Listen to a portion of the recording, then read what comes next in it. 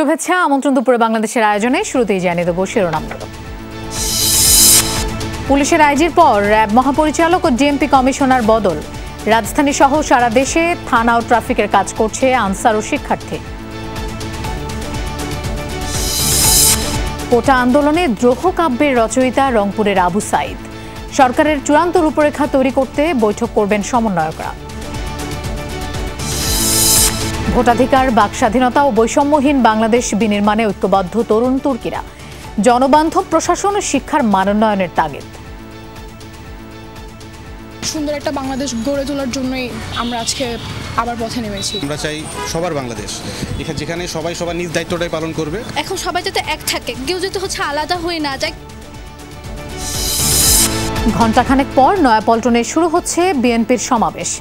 এরই মধ্যে সমবেত হয়েছেন দল ও সহযোগী সংগঠনের হাজারো নেতাকর্মী। শেখ হাসিনার পদত্যাগের পর জনরোষ আওয়ামী লীগের বিভিন্ন স্থাপনায়। কেন্দ্রীয় ও সভাপতির কার্যালয়ে ভাঙচুর, পুড়ে ছাই বঙ্গবন্ধু ভবন।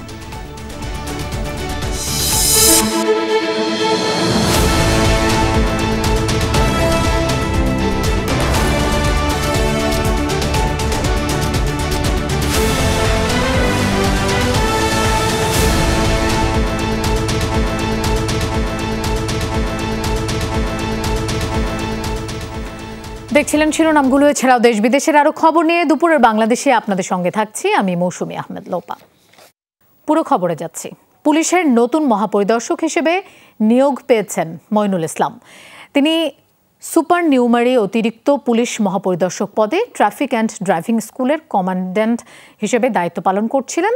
নতুন আইজিপি মইনুল ইসলাম 12তম ব্যাচের কর্মকর্তা। মঙ্গলবার রাতে রাষ্ট্রপতির আদেশক্রমে স্বরাষ্ট্র মন্ত্রণালয়ের জননিরাপত্তা বিভাগের উপসচিব মাহবুর রহমান শেখের সইকৃত এক প্রেস বিজ্ঞপ্তিতে এই তথ্য জানানো হয়।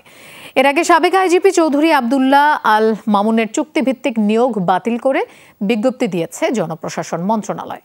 চাকুরির বয়সসীমা পূর্ণ হওয়ায় 2023 সালের 11 জানুয়ারি তিনি স্বাভাবিক অবসরে যান। এরপর 2 দফায় তার চাকরির মেয়াদ বাড়ানো হয়। সবশেষ তাকে 1.5 বছরের চুক্তিতে নিয়োগ দেওয়া হয়েছিল। এদিকে র্যাব মহাপরিচালক হিসেবে নিয়োগ পেয়েছেন AKM শহীদুর রহমান। আর ঢাকা মহানগর পুলিশের কমিশনার পদে নিয়োগ দেওয়া হয়েছে মোহাম্মদ মাইনুল হাসানকে। মাস দুয়েক আগে র্যাবের মহাপরিচালকের দায়িত্ব পাওয়া ব্যারিস্টার মোহাম্মদ হারুনুর রশিদকে অতিরিক্ত আইজিপি হিসেবে পুলিশ সদর দফতরে সংযুক্ত করা হয়েছে। অতিরিক্ত আইজিপি হাবিবুর রহমানকে পুলিশ সদর দফতরে সংযুক্ত করা হয়েছে। আজ স্বরাষ্ট্র মন্ত্রণালয়ের জননিরাপত্তা বিভাগের প্রজ্ঞাপনে নতুন এই নিয়োগের কথা জানানো হয়। জনগণের জানমাল রক্ষায় পুলিশ সদস্যদের দায়িত্ব পালন করার আহ্বান জানিয়েছে বাংলাদেশ পুলিশ অ্যাসোসিয়েশন। দুপুরে পুলিশ অ্যাসোসিয়েশনের হলরুমে সংবাদ সম্মেলনে এই কথা বলেন সংগঠনের নতুন সভাপতি আব্দুল্লাহ বাকি। উপস্থিত ছিলেন নতুন সাধারণ সম্পাদক দাউদ হোসেন ও সাবেক সভাপতি এবং বর্তমান কমিটির উপদেষ্টা মাহবুবুর রহমান। তারা বলেন, পুলিশের কর্মবিরতি পালনের কোনো সুযোগ নেই। পুলিশের দায়িত্ব অন্য কোনো বাহিনী পালন করতে পারে না। বিগত সরকার পুলিশকে রাজনৈতিক কারণে ব্যবহার করেছে অভিযোগ করে অ্যাসোসিয়েশনের নেতারা বলেন, পুলিশের ঊর্ধ্বতন কর্মকর্তারা পেশাদারিত্বের বদলে সরকারের লেজুর বৃত্তি করেছেন, যার ফলে পুলিশ বাহিনীর বড় ক্ষতি হয়ে গেল।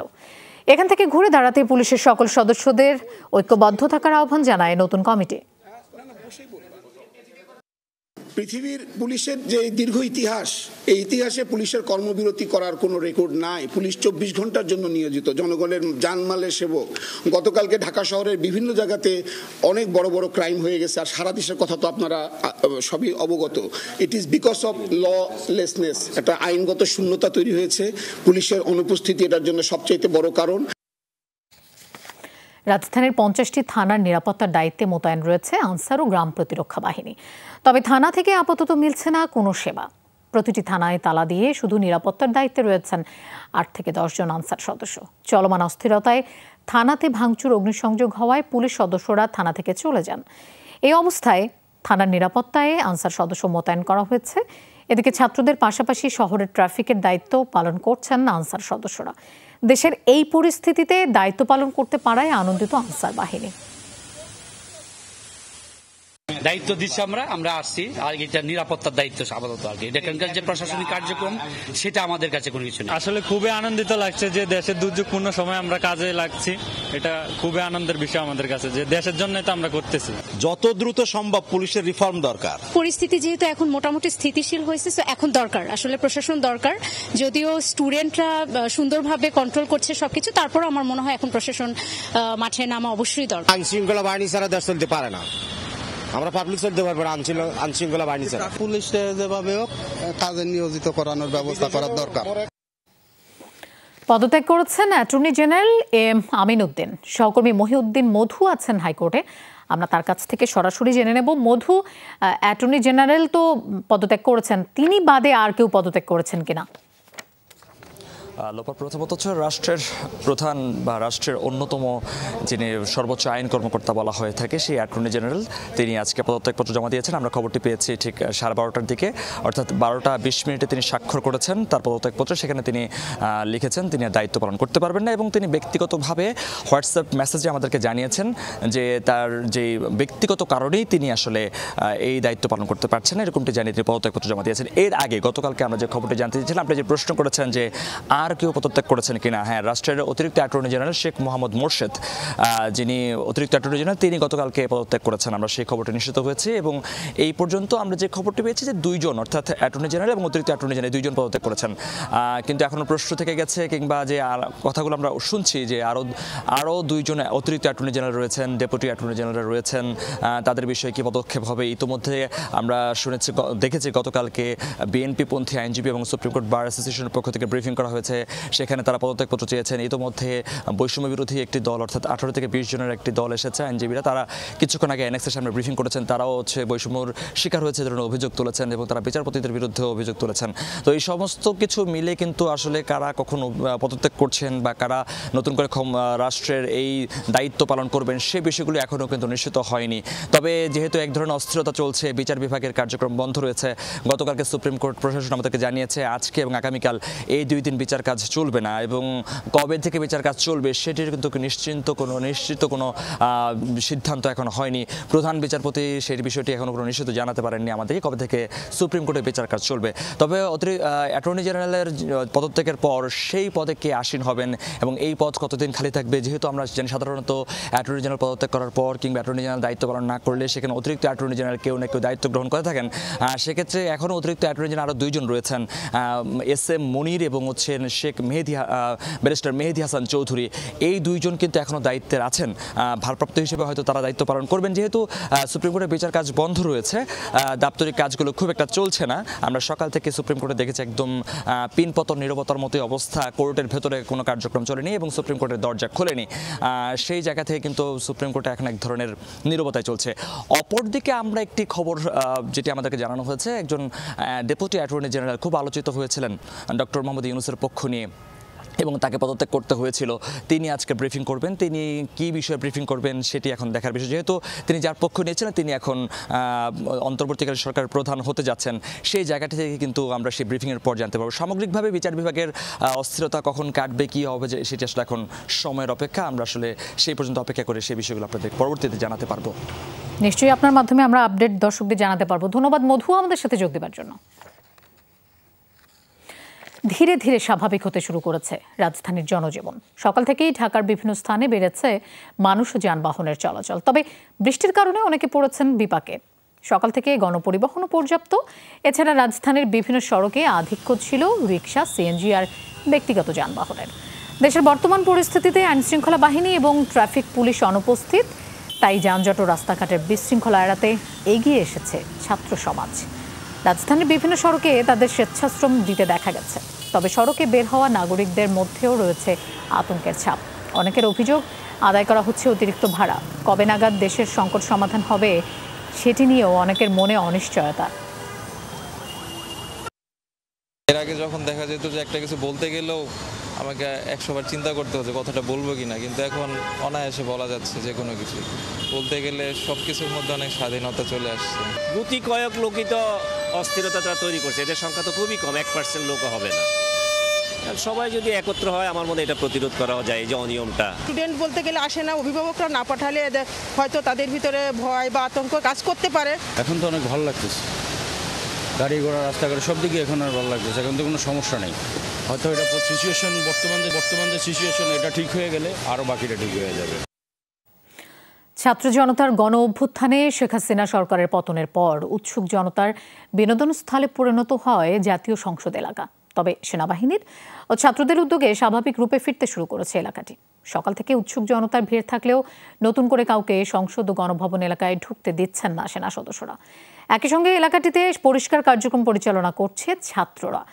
বিপুল মানুষের সমাগমের কারণে সংসদ এলাকায় প্রচুর আবর্জনা জমে যায়। পানির বোতল, চিপস, বিস্কুট সহ বিভিন্ন খাবার সামগ্রী এবং ভাঙচুরের ধ্বংসাবশেষ জমে থাকতে দেখা গেছে। শিক্ষার্থীরা বলেন, দেশ আমাদের, দেশ রক্ষা করার দায়িত্বও আমাদের। কিছু মানুষ জেনে কিংবা না জেনে জাতীয় সংসদ ভবন সহ বিভিন্ন গুরুত্বপূর্ণ স্থাপনায় ভাঙচুর, অগ্নিসংযোগ ও লুটপাট করেছে। আন্দোলন সফল হওয়ার পর পরিষ্কারের কাজটি বেশ আনন্দের সাথেই করছেন শিক্ষার্থীরা। মঙ্গলবার সকাল থেকেই শিক্ষার্থীদের একটি দল সংসদ ভবনে পরিচ্ছন্ন কার্যক্রম পরিচালনা করছে।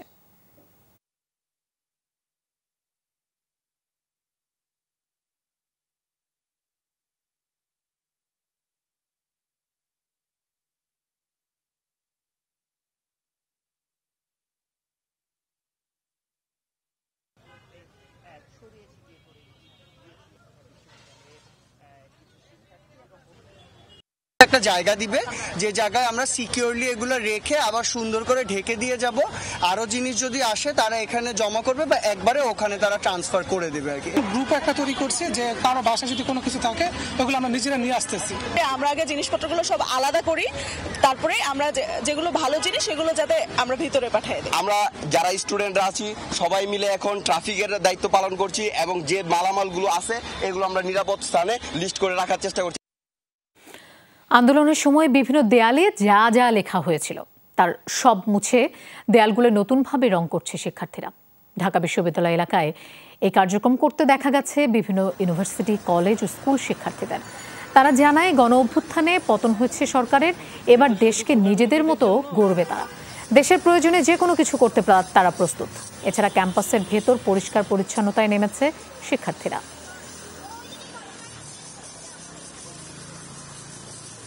আমাদের সাথে আরো যারা আছে তারা দেশে যত সব স্ট্রিট আছে সবগুলোর দায়িত্ব নিজে নিয়েছে এবং তারা ট্রাফিকেরও কাজ করছে, ক্লিনিং এরও কাজ করছে।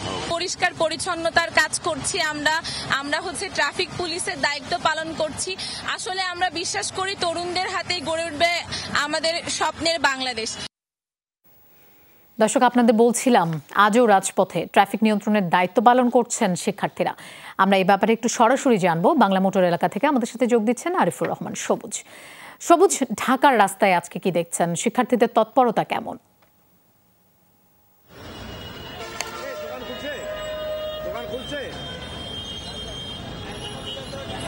শিক্ষার্থীরা গতকালকে থেকেই রাস্তায় ছিল, অর্থাৎ যেহেতু পুলিশ বা ট্রাফিক পুলিশের কোনো কর্মকর্তা বা ট্রাফিক পুলিশের সদস্যরা গতকাল রাস্তায় নেই, তারপরে মূলত পরে আনসার সদস্যদের একটি নির্দেশনা জারি করা হয়। তারা রাস্তার যে ট্রাফিক নিয়ন্ত্রণ, সেই নিয়ন্ত্রণের দায়িত্বে থাকবেন। তারা আজকে সকাল থেকে বেশ কিছু মোড়ে আমরা দেখেছি ট্রাফিক নিয়ন্ত্রণের যে কাজটি সেটি করছে এবং এর পাশাপাশি শিক্ষার্থীরা প্রত্যেকটি মোড়ে মোড়ে দেখেছি যেন কোনো ধরনের বিশৃঙ্খল অবস্থা তৈরি না হয় সড়কে, সেই জায়গাটি নিয়ন্ত্রণের কাজ করছেন এবং স্বতঃস্ফূর্তভাবে শিক্ষার্থীদের পাশাপাশি স্থানীয় কিছু মানুষজনও এই কাজে নিয়োজিত হয়েছেন। রেড ক্রিসেন্টের কিছু সদস্য রয়েছে, রেড ক্রিসেন্টের সদস্যরাও এই যে ট্রাফিক ব্যবস্থা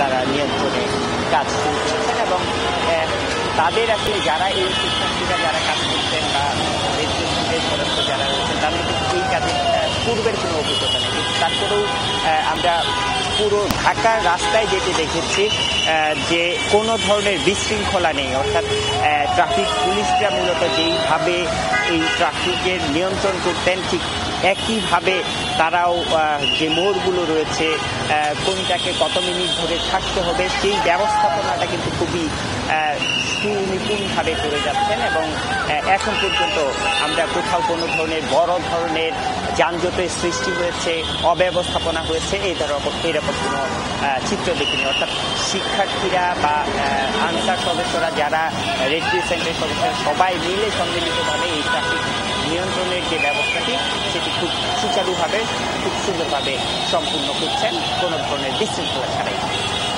সবুজ, আপনাকে ধন্যবাদ আমাদের সাথে যোগ দেওয়ার জন্য। যে মাটি থেকে এককালে নুরুল দিন জেগে ওঠার ডাক দিয়েছিলেন সেখান থেকেই নতুন বাংলাদেশের উত্তরণ ঘটিয়েছেন আবু সাইদ। কোটা সংস্কার আন্দোলন চলাকালে প্রথম শহীদ তিনি। তাকে বলা হচ্ছে আন্দোলন আর দ্রোহ কাব্যের রচয়িতা। তার দুই হাত তুলে শাসকের বন্দুকের সামনে দাঁড়িয়ে থাকার দৃশ্য নিরন্তর উদ্দীপনা দিয়ে যাচ্ছে আমাদের শিক্ষার্থীদের। অভিভাবক আর সহপাঠীদের চাওয়া সাইদ সহ সকল শহীদকে জাতীয় মেধা যোদ্ধার বীর খেতাব দেয়া হোক। জাতীয় বীরের স্বীকৃতি ও সাহসের ইতিহাস সংরক্ষণের দাবি শিক্ষকদের।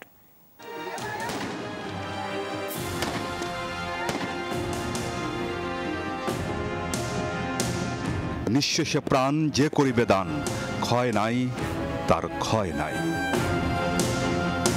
বিক্ষোভের মুখে সবাই যখন পিছু হটল, নির্ভীক আবু সাইদ বুলেটের কাছে বুক পেতে দিয়ে যেন বিশ্ববাসীকে জানিয়ে দিলেন কবির অমর বাণী। দেহ ঝাঁঝরা হলেও প্রাণের বিচ্ছুরণ ঘটালেন দেশ জুড়ে। গণমাধ্যমের কল্যাণে এই ছবি ছড়িয়ে পড়লে জেগে ওঠে বিশ্ববিবেক। বিপ্লবের প্রতীক হয়ে ওঠেন একজন আবু সাইদ।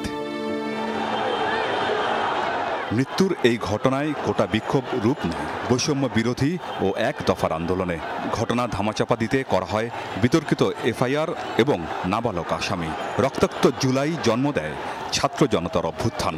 5 আগস্ট গণ অভ্যুত্থানের মুখে পদত্যাগ করতে বাধ্য হয় সরকার। জন্ম হয় আরেক বাংলাদেশের।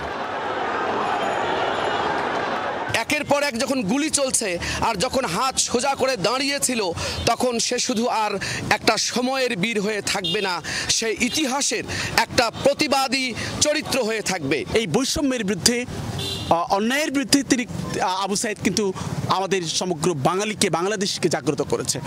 সহযোদ্ধা, সহপাঠী আর সমন্বয়কদের মাঝে নতুন স্পৃহা জাগিয়েছেন সাইদ। কোটা বৈষম্যের বিরুদ্ধে নয়, সোচ্চার হতে হবে রাষ্ট্র সংস্কারে। তার প্রাণ উৎসর্গের দিনটিকে শহীদ দিবস এবং সাইদের মেধা যোদ্ধার বীর খেতাবে ভূষিত করতে চান তারা। মেধা যোদ্ধার লিস্ট থাকবে এবং আবু সাইদকে অবশ্যই সেখানে বীর খেতাব একটা যুক্ত করতে হবে। এই দাবিগুলো আমাদের অবশ্যই সরকারের কাছে থাকবে। আবু সাইদের শহীদের দিনটিকে এই 24-এর গণ অভ্যুত্থানের একটি দিবস হিসেবে যেন পালন করা হয়। যত ধরনের অন্যায় এখনো নেমে আসবে, ছাত্ররা কিন্তু বারবার এই আবু সাইদের মতো তারা কিন্তু প্রাণটা দিবে। পরিবারও চান সাইদের আত্মত্যাগের মর্যাদা রক্ষা করুক রাষ্ট্র। একই দাবি শিক্ষার্থী আর অভিভাবকদের। নতুন সরকারের কাছে আমাদের একটাই চাওয়া, আমাদের যেই দিন আবু সাইদ ভাইয়া মারা গেছে ওই দিন আমাদের শোক পালন দিবস করা হোক। যারা রাষ্ট্র পরিচালনা করবেন, তাদের এই আশাগুলো, স্বপ্নগুলো বাস্তবায়ন করতে হবে। আমার ছেলে প্রথম শহীদ হয়েছে, বীর হিসেবে বীরের মর্যাদা যেন সরকার দেয়। রোকেয়া বিশ্ববিদ্যালয়ের ইংরেজি বিভাগ থেকে অনার্স ফাইনাল পরীক্ষার ফলের অপেক্ষায় ছিলেন সাইদ, যা প্রকাশের আগে মিলে গেছে অমরত্বের সনদ। আমিন বাবু, যমুনা নিউজ। আজই দেশে ফিরছেন না অন্তর্বর্তীকালীন সরকারের প্রধান উপদেষ্টা হিসেবে নাম আসা শান্তিতে নোবেলজয়ী অর্থনীতিবিদ ডক্টর মোহাম্মদ ইউনূস। নির্ভরযোগ্য সূত্রে জানা গেছে আগামীকাল দুপুরের মধ্যে দেশে ফিরছেন তিনি। দেশে ফিরেই তিনি সহ উপদেষ্টা পরিষদের সদস্যরা শপথ গ্রহণ করবেন। বৈষম্য বিরোধী ছাত্র আন্দোলনের সমন্বয়ক, বিভিন্ন রাজনৈতিক দল ও সুশীল সমাজের প্রতিনিধিদের দাবির প্রেক্ষিতে তাকে অন্তর্বর্তীকালীন সরকারের প্রধান করা হচ্ছে। অন্তর্বর্তীকালীন সরকারের শপথ গ্রহণের প্রক্রিয়াটি আগামীকাল হতে পারে, তবে পূর্ণাঙ্গ প্যানেল আজই দেয়া হবে। যমুনা টেলিভিশনকে এমনটা জানিয়েছে বৈষম্য বিরোধী ছাত্র আন্দোলন। আমরা আশা করছি তিনি রাতে ফিরবেন অথবা আগামীকালকে ভোরের মধ্যেই তিনি ফিরবেন। সেই জায়গা থেকে আমাদের যে শপথ গ্রহণের যে প্রক্রিয়াটি সেটি আগামীকালকে হয়তো হতে পারে, কিন্তু এই যে পূর্ণাঙ্গ যে প্যানেল সেটি আমরা আজকেই দিয়ে দিব। আমরা যে প্যানেলটাকে প্রস্তাব করতে যাচ্ছি বা প্যানেলটা কালকে প্রকাশ করতে যাচ্ছি, সেই প্যানেলটা হবে সর্বজন গ্রহণযোগ্য। কারণ আমরা দেখেছি গত 16 বছর ধরে আমাদের যে ইনস্টিটিউশনসগুলো রয়েছে সেগুলোকে ভেঙে দেওয়া হয়েছে, যাতে এই ইনস্টিটিউশনসগুলোর প্রতি মানুষের আশ্বাস আসে, বিশ্বাস আসে, যার কারণে প্রত্যেকটি যেই জায়গায় যে বেস্ট তাকে সেই জায়গায় দেওয়া হবে। দর্শক, এই মুহূর্তে বঙ্গভবনের সামনে যেতে চাই, সেখানে আছেন আমাদের সহকর্মী ভাস্কর ভাদুরী। ভাস্কর, অন্তর্বর্তীকালীন সরকারের শপথ সহ অন্যান্য আনুষ্ঠানিকতার প্রস্তুতি সম্পর্কে জানতে চাই। আর আমরা যতটুকু জেনেছি ডক্টর মোহাম্মদ ইউনূস আগামীকাল দুপুরের মধ্যে ফেরার কথা, সে বিষয়ে একটু সঠিক তথ্য জানতে চাই।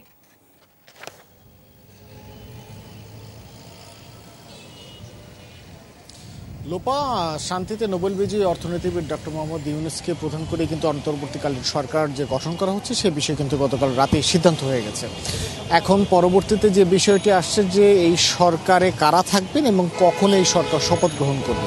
বিভিন্ন সূত্রের মাধ্যমে আপনার মতো করে আমরাও নিশ্চিত হতে পেরেছি আগামীকাল দুপুরের আগে ডক্টর মোহাম্মদ ইউনূস বাংলাদেশের মাটিতে পা রাখছেন না, হয়তো বা দুপুরের পর তিনি বাংলাদেশে মাটিতে পা রাখবেন। এখন তার পরবর্তীতে যে বিষয়টি হচ্ছে এই যে অন্তর্বর্তীকালীন সরকার, সেই অন্তর্বর্তীকালীন সরকারের রূপরেখাটা কি হবে, এই অন্তর্বর্তীকালীন সরকারে আরও কারা কারা থাকছেন। গতকাল রাতে ছাত্রদের সাথে যে বৈঠক, তিন বাহিনী প্রধান এবং মহামান্য রাষ্ট্রপতি, সেই বৈঠকের পরে ছাত্ররা কিন্তু জানিয়েছেন যে এ বিষয়ে তারা তাদের যে নিজেদের রূপরেখা, সেই রূপরেখাটি আজকের মধ্যেই তারা সকলকে জানিয়ে দেবেন। এবং তার পাশাপাশি সবশেষ যে বিষয়টি, এই সরকারে কে কে থাকছেন সে বিষয়ে আলোচনার জন্য কিন্তু বঙ্গভবনে বিভিন্ন রাজনৈতিক দলের নেতৃবৃন্দের আসার কথা। আমরা এখন পর্যন্ত যতটুকু নিশ্চিত হতে পেরেছি যে বিএনপির যে আজকে একটি সমাবেশের কর্মসূচি রয়েছে, সেই সমাবেশের কর্মসূচি শেষ হবার পর বিভিন্ন রাজনৈতিক দলের নেতৃবৃন্দরা বঙ্গভবনে আসবেন এবং তাদের সাথে আলোচনা করার পর অন্তর্বর্তীকালীন সরকারের ডক্টর মোহাম্মদ ইউনূস ছাড়া আর কে কে থাকতে যাচ্ছেন সে বিষয়ে হয়তোবা কিছুটা আমরা ধারণা পেতে পারি।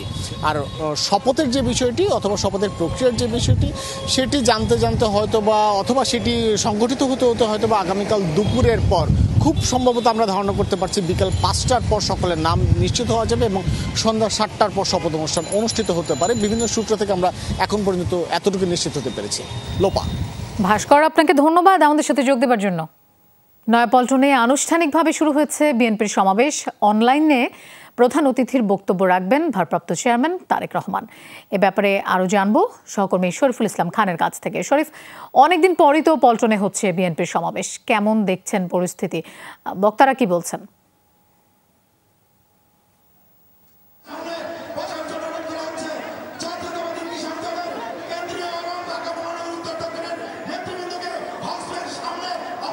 বিএনপির আজকের এই সমাবেশ আনুষ্ঠানিকভাবে শুরু হবে দুপুর 2টা।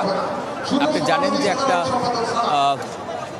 পট পরিবর্তনের পর বিএনপির আজকের এই সমাবেশ। আপনি দেখতে পাচ্ছেন যে এখানে বিভিন্ন পর্যায়ের নেতাকর্মী যারা রয়েছেন তারা এরই মধ্যে এসে উপস্থিত হয়েছেন, কিন্তু এখন পর্যন্ত বিএনপি মহাসচিব মির্জা ফখরুল ইসলাম আলমগীর কিংবা স্থায়ী কমিটির সদস্য এখন এসে উপস্থিত হয়নি।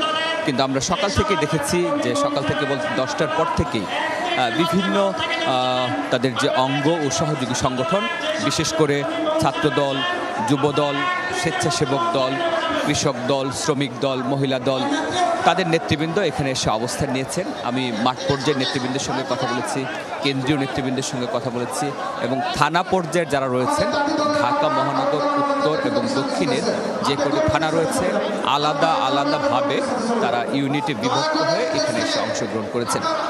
তৃণমূলের যে প্রতিক্রিয়া সেটি হচ্ছে বিএনপি চেয়ারপারসন খালেদা জিয়া মুক্ত হয়েছেন, তারা ভীষণ রকমের খুশি। তাছাড়া তাদের যে এক দফা দাবি, সেই দাবিটি পূরণ হয়েছে, অর্থাৎ সরকারের পতন হয়েছে, সেটি খুশি। কিন্তু কেউ কেউ বলছেন যে শুধুমাত্র এক দফা দাবির মধ্যেই বিএনপির সীমাবদ্ধ থাকলে হবে না।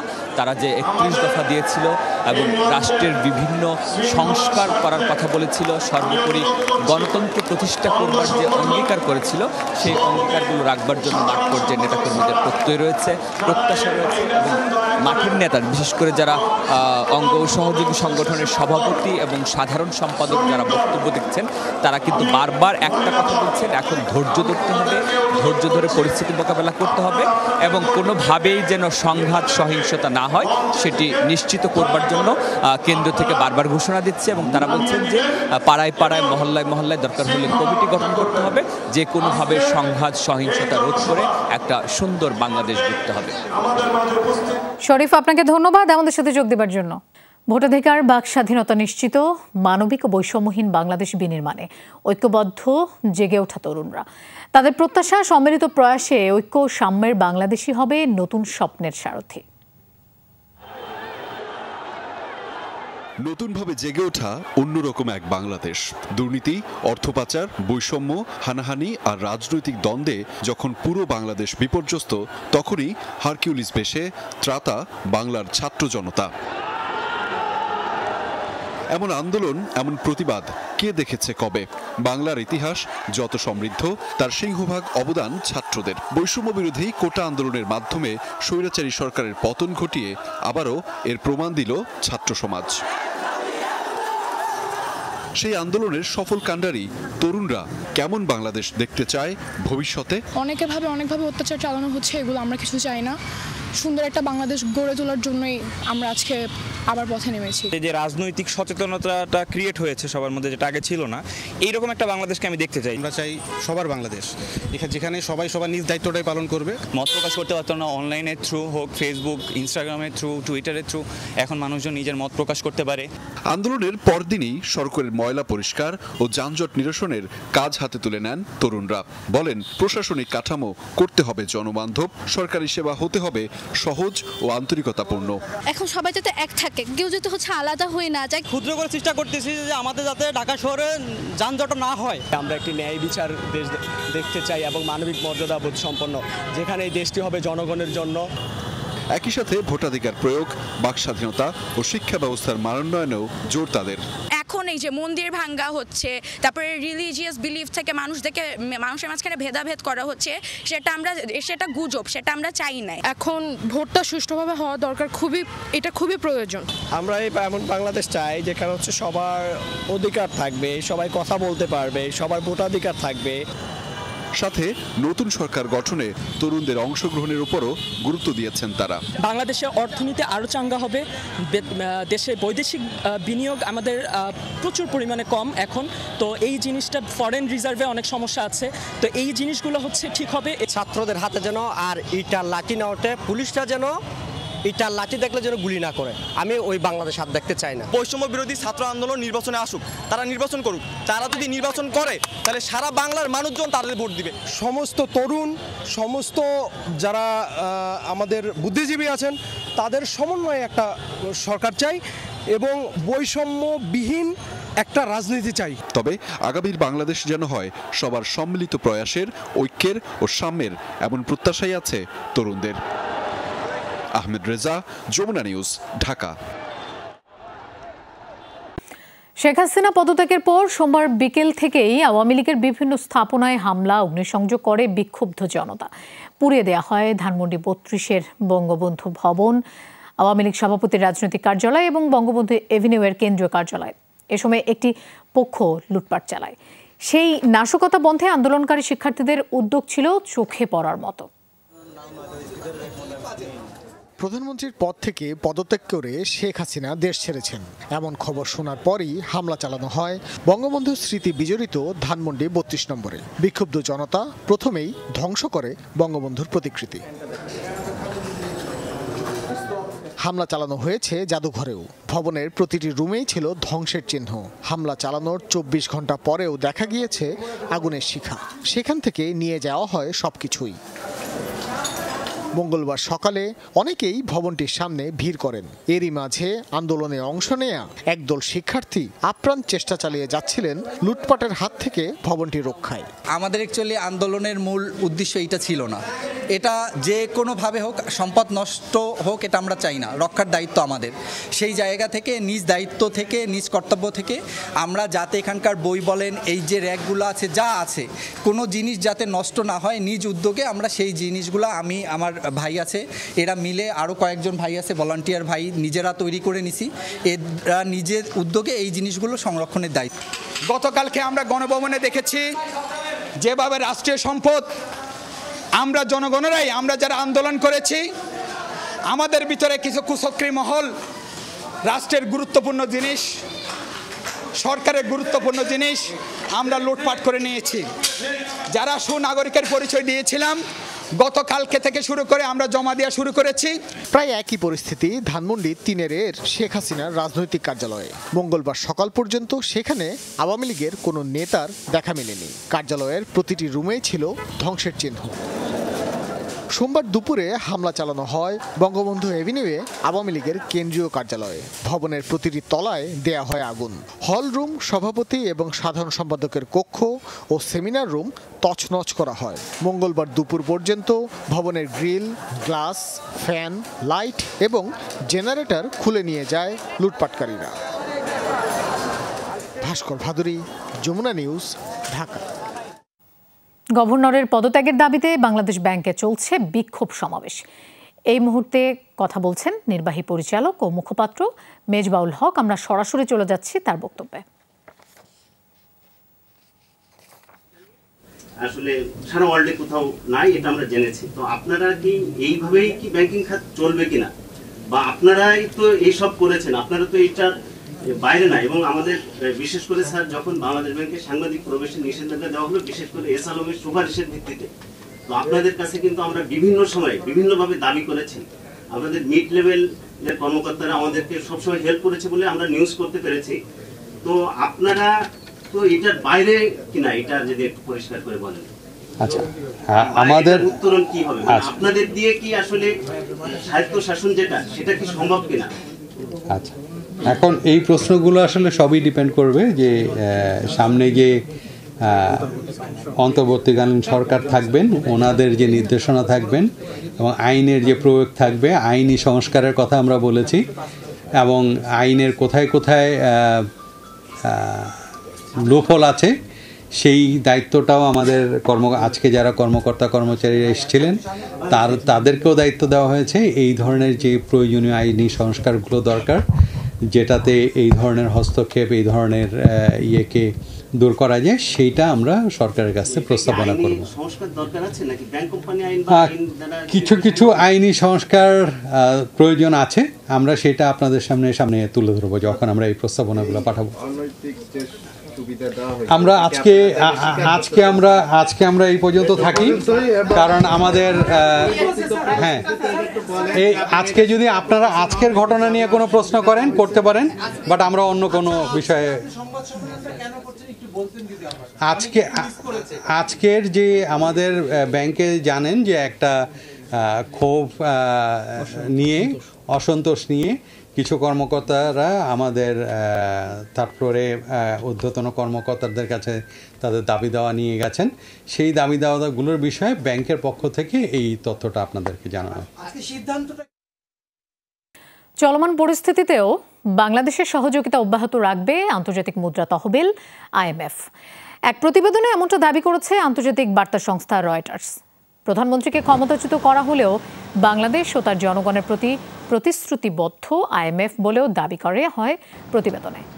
দাবি, বাংলাদেশকে দেয়া $470 কোটি ঋণ সহায়তা অব্যাহত রাখবে সংস্থাটি, যা অর্থনৈতিক স্থিতিশীলতা নিশ্চিতের পাশাপাশি প্রবৃদ্ধি অর্জনে সহায়তা করবে। রাজনৈতিক পট পরিবর্তনের পর বাংলাদেশ বিষয়ে এই প্রথম নিজেদের অবস্থান স্পষ্ট করল IMF। গত বছরের জানুয়ারিতে হওয়া ঋণ চুক্তির আওতায় এরই মধ্যে 3 কিস্তিতে $230 কোটি $82 লাখ ছাড় দিয়েছে IMF। 2026 সাল পর্যন্ত মোট 7 কিস্তিতে ঋণের সম্পূর্ণ অর্থ ছাড় দেওয়ার কথা রয়েছে সংস্থাটির। ঋণ কর্মসূচিটির আওতায় প্রতিটি কিস্তি পেতে বেশ কিছু শর্ত পালন করতে হচ্ছে বাংলাদেশকে।